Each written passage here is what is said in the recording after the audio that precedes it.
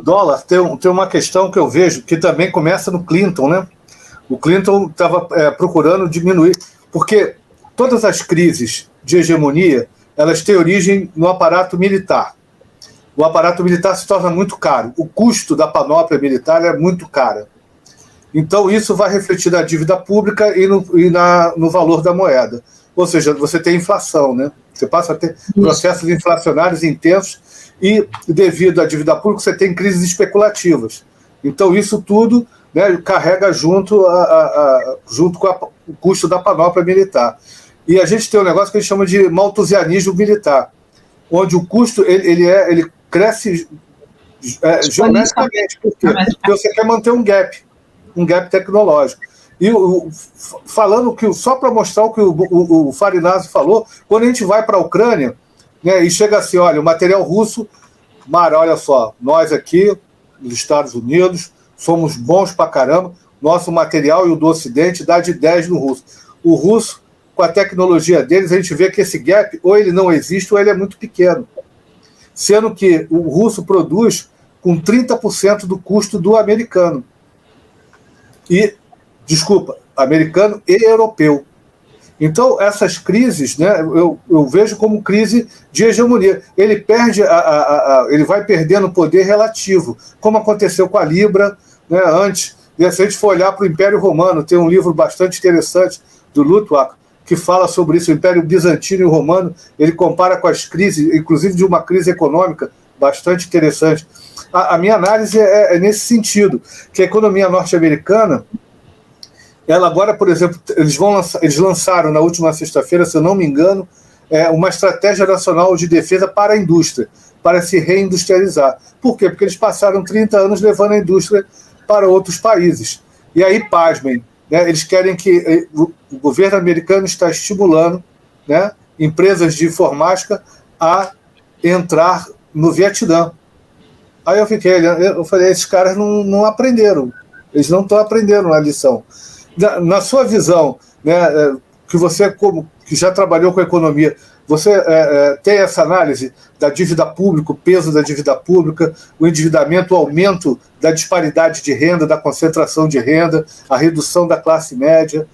Você consegue dar um panorama para a gente fazer uma análise do que a gente está... Porque isso tudo é o tema da campanha eleitoral, já está pegando agora. Então...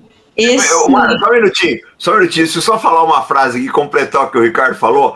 Mara, tem uma frase do Arte da Guerra que é eterna.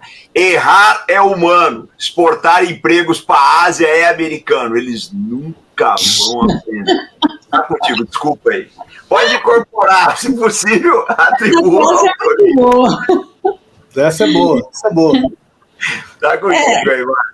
Essa questão do déficit, né, e principalmente a pandemia, isso ficou muito latente.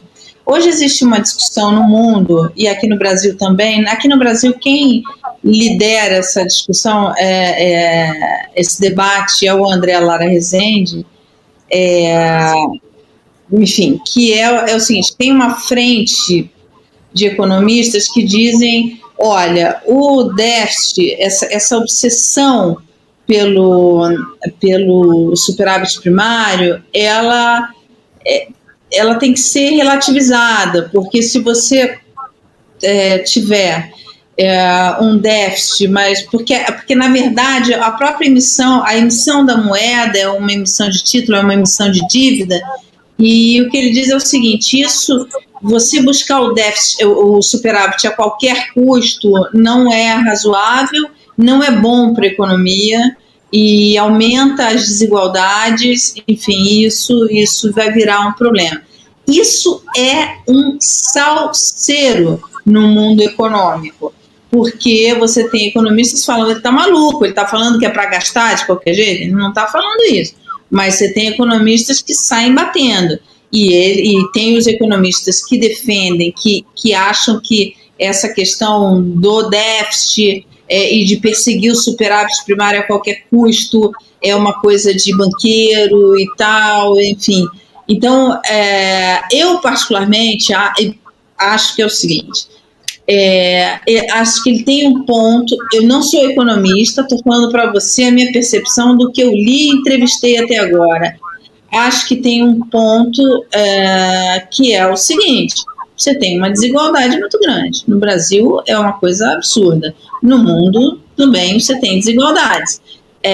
Isso não dá para se manter. É problemático, porque essa desigualdade, se você mantiver, você abre espaço para grupos terroristas, para, enfim, porque eles vão para traficantes, eles vão cooptando as pessoas por conta disso. Enfim, pessoas menos favorecidas acabam, principalmente jovens, né? Jovens indignados com desigualdade e tal. Você tem muito isso, você vê muito isso hoje, e que são cooptados por esses pseudos paladinos. Então, é uma questão, o crescimento econômico e o déficit zero não garantiu uma melhor distribuição de renda. A gente viu isso, os Estados Unidos foi um exemplo clássico.